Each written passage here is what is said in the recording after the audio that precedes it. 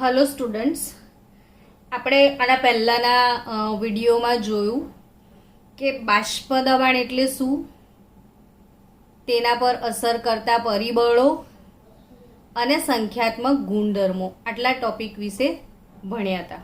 હવે આજે શું ભણવા જઈ રહ્યા છીએ? તો આજે આપણે ભણવાનો છે રાઉલ્ટનો નિયમ. અને રાઉલ્ટનો નિયમ શેના માટે? તો બાષ્પશીલ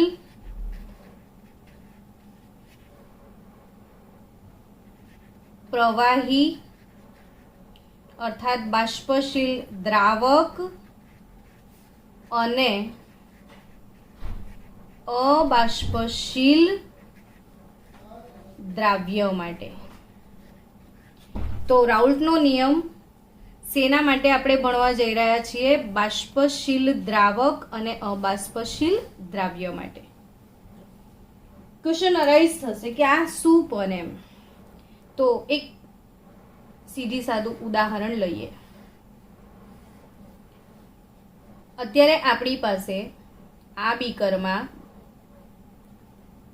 શુદ્ધ દ્રાવક છે. તો આ શુદ્ધ દ્રાવકનું બાષ્પ દબાણ માપો. શુદ્ધ દ્રાવકનું શું માપો? બાષ્પ દબાણ. તો એ શુદ્ધ દ્રાવકનું બાષ્પ દબાણ માપી લઈએ અને પછી આપણે એ જ દ્રાવકની અંદર દ્રાવ્ય ઉમેરીએ. શુદ્ધ દ્રાવકની અંદર શું ઉમેરીશું? દ્રાવ્ય. તો દ્રાવ્ય કેવો છે આપણો? તો કે દ્રાવ્ય તરીકે મેં શું લીધું? ધારો કે મેં મીઠું લઈ લીધું. તો અહીંયા યાદ રાખો કે દ્રાવક તરીકે પાણી છે, તો પાણીની બાષ્પ બની શકે છે એટલે પાણી બાષ્પશીલ છે. અને દ્રાવ્ય તરીકે કોણ છે? તો NaCl. ને NaCl ની બાષ્પ ના બને કોઈ દિવસ. મીઠું એની બાષ્પ ના આપે, એ બાષ્પ બનીને ઉડી નથી જતો મીઠું મીઠાના ડબ્બામાંથી, એટલે એ અબાષ્પશીલ છે. એટલે આપણે દ્રાવણ કેવું બનાવ્યું કે બાષ્પશીલ દ્રાવકમાં અબાષ્પશીલ દ્રાવ્ય ઉમેર્યું. બાષ્પશીલ દ્રાવકમાં અબાષ્પશીલ દ્રાવ્ય ઉમેર્યું. આ બાજુ આપણી પાસે શુદ્ધ દ્રાવક છે, આ બાજુ બાષ્પશીલ દ્રાવકમાં અબાષ્પશીલ આપણે દ્રાવ્ય ઉમેરીને દ્રાવણ બનાવ્યું.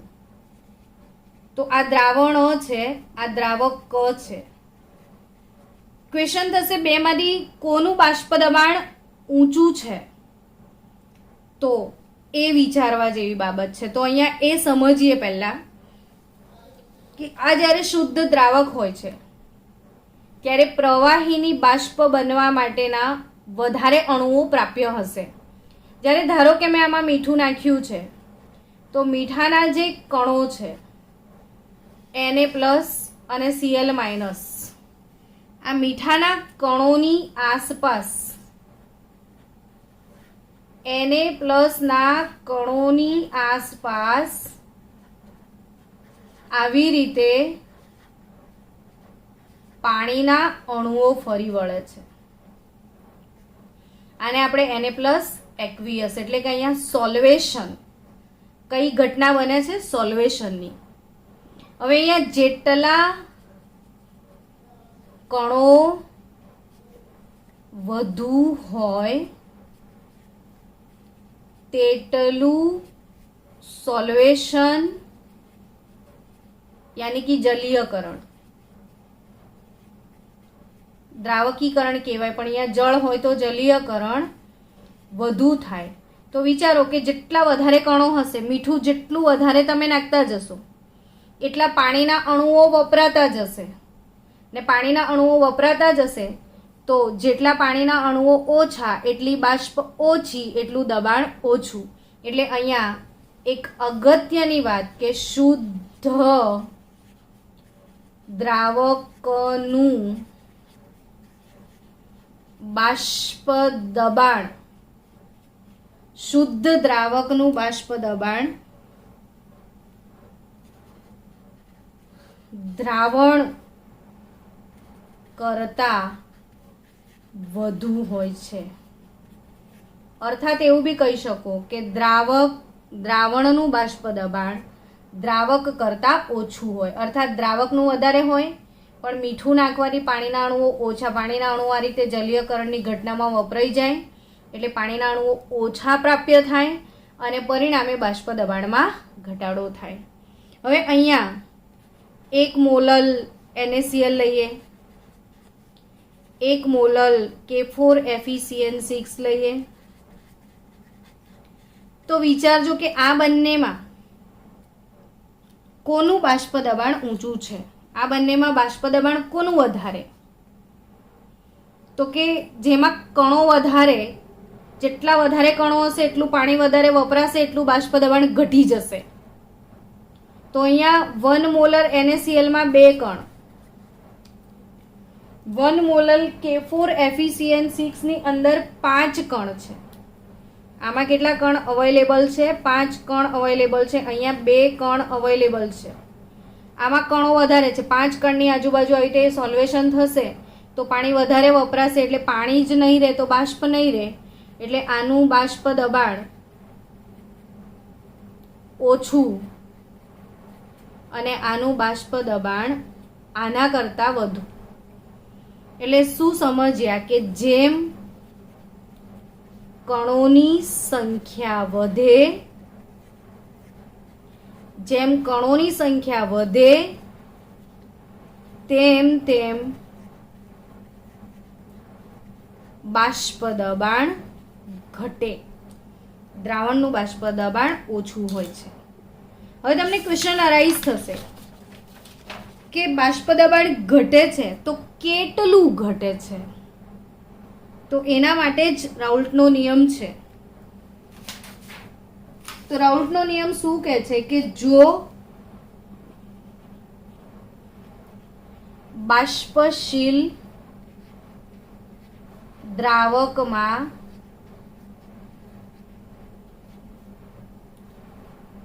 અબાષ્પશીલ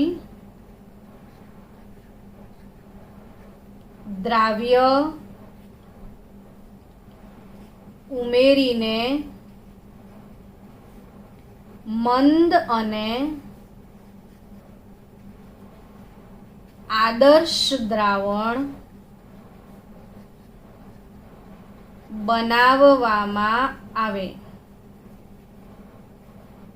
શું કહે છે રાઉલ્ટનો નિયમ? કે જો બાષ્પશીલ દ્રાવકમાં અબાષ્પશીલ દ્રાવ્ય ઉમેરીને મંદ અને આદર્શ દ્રાવણ બનાવવામાં આવે તો દ્રાવણના બાષ્પ દબાણમાં થતો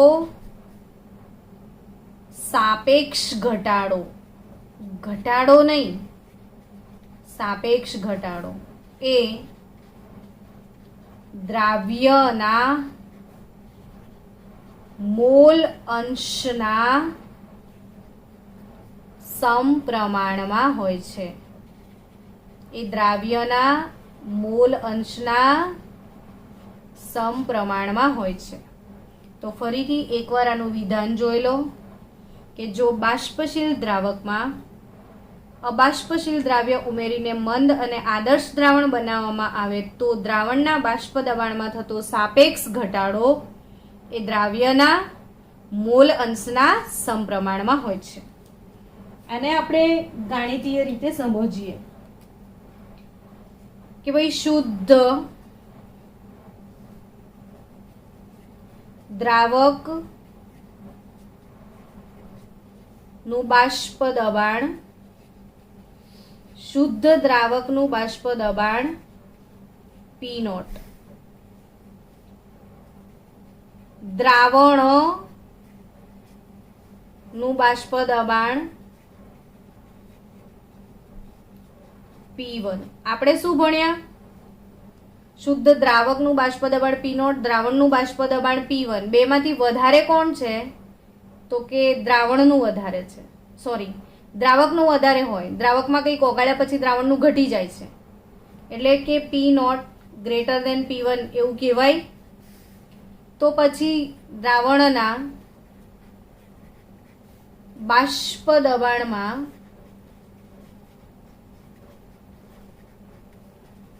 થતો ઘટાડો કેટલો? તો બાષ્પ દબાણમાં થતા ઘટાડાને શું કહીશું?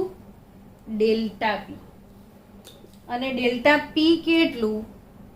તો કે P1 માઇનસ P0 જેટલું, સોરી P0 માઇનસ P1 જેટલું, કેમ કે P0 વધારે હોય છે. તો અહીંયા દ્રાવણના બાષ્પ દબાણમાં થતો ઘટાડો P0 માઇનસ P1 જેટલો. તો બાષ્પ દબાણમાં થતો સાપેક્ષ ઘટાડો કેટલો? તો સાપેક્ષ ઘટાડો એટલે P0 minus P1 upon P0 જેટલો. બાષ્પ દબાણમાં થતો સાપેક્ષ ઘટાડો કેટલો? તો કે કંઈક વસ્તુ ઘટે છે પણ કોની સાપેક્ષે ઘટે? ધારો કે કોઈકનું વજન 50 કિલો છે ને 5 કિલો ઘટ્યું, તો એ શેની સાપેક્ષે ઘટ્યું? 50ની સાપેક્ષે, અર્થાત સાપેક્ષ ઘટાડો. તો P0 minus P1 upon P0. તો આ P0 minus P1 upon P0 જેને સાપેક્ષ ઘટાડો કહેવાય, એ દ્રાવણના બાષ્પ દબાણમાં થતો સાપેક્ષ ઘટાડો દ્રાવ્યના મોલ અંશ જેટલો હોય છે. મોલ અંશને આપણે x2 કહીએ છીએ. તો P0 minus P1 upon P0, mall અંશ દ્રાવ્યના એટલે ઘટકના મોલ છેદમાં કુલ mall N2 upon N2 plus N1 જેટલો છે. તો આ થયું આપણું રાઉલ્ટના નિયમનું સૂત્ર. હવે આ રાઉલ્ટના નિયમના સમીકરણને થોડું વધારે એનલાર્જ કરીએ તો અહીંયા N2 ની કિંમતને જો અવગણીએ તો P0 minus P1 upon P0 N2 upon N1 થશે. તો P0 minus P1 upon P0 is equal to N2 weight upon molar mass, N1 weight upon molar mass. તો આપણે કોઈ અજ્ઞાત પદાર્થનો આણ્વીય દળ શોધવો છે. ધારો કે મારી પાસે કોઈ અજ્ઞાત પદાર્થ મળ્યો છે, મને એનું અણુસૂત્ર નથી ખબર ને મારે આણ્વીય દળ શોધવું છે. તો એ અજ્ઞાત પદાર્થનું હું વજન લઉં, ચોક્કસ વજન, જેને હું W2 કહીશ. એ અજ્ઞાત પદાર્થના ચોક્કસ વજનને હું પાણીમાં ઓગાળી દઉં અને પછી એનું બાષ્પ દબાણ માપું. પાણીનું બાષ્પ દબાણ મને ખબર જ છે, દ્રાવણનું બાષ્પ દબાણ માપી લઉં. આ મારી પાસે આ બંને કિંમત આવી ગઈ. આ પણ છે, અજ્ઞાત પદાર્થનું દળ છે. દ્રાવક પાણી છે તો એનું પણ દળ નક્કી હોય કે કેટલા પાણીમાં ઓગાળીશ. એનો આણ્વીય દળ ખબર છે, તો અજ્ઞાત પદાર્થનો આણ્વીય દળ શોધી શકાય છે. હવે આપણે આ સૂત્રને સાબિત કરીએ. સૂત્રની સાબિતી. આ સૂત્રની સમજૂતી શું છે? તો કે જો તમારા પાસે દ્રાવક જે છે એ બાષ્પશીલ છે. દ્રાવક કેવો છે? બાષ્પશીલ. અને દ્રાવ્ય કેવો છે? અબાષ્પશીલ. અર્થાત કે દ્રાવ્યમાંથી તો કોઈ બાષ્પ બનતી જ નથી. બાષ્પ બધી શેમાંથી બને છે? દ્રાવકમાંથી જ. તો આખા દ્રાવણનું બાષ્પ દબાણ માત્ર અને માત્ર દ્રાવક પર જ આધારિત છે. કેમ કે દ્રાવક જ બાષ્પશીલ છે. આખા દ્રાવણમાં જે બી બાષ્પ હશે એ દ્રાવક ની હશે. દ્રાવ્ય તો અબાષ્પશીલ છે, એ કોઈ બાષ્પ આપવાનો જ નથી તમને. તો અહીંયા દ્રાવણનું બાષ્પ દબાણ ફક્ત કોના પર નિર્ભર હોય છે? દ્રાવક પર. એટલે એવું કહી શકાય, આપણે દ્રાવણના બાષ્પ દબાણનું આગળ સિમ્બોલ લીધું હતું P1. દ્રાવકનું બાષ્પ દબાણ શું છે? દ્રાવક પર જ આધારિત છે, તો દ્રાવકના મોલ અંશ x1. આપણે દ્રાવક અને 1 સિમ્બોલ આપીશું એવું ભણ્યા જ છીએ આગળના બધા જ વિડીયોમાં. તો P1 ચલે છે x1, જ્યાં x1 શું છે? તો કે દ્રાવકના મોલ અંશ છે.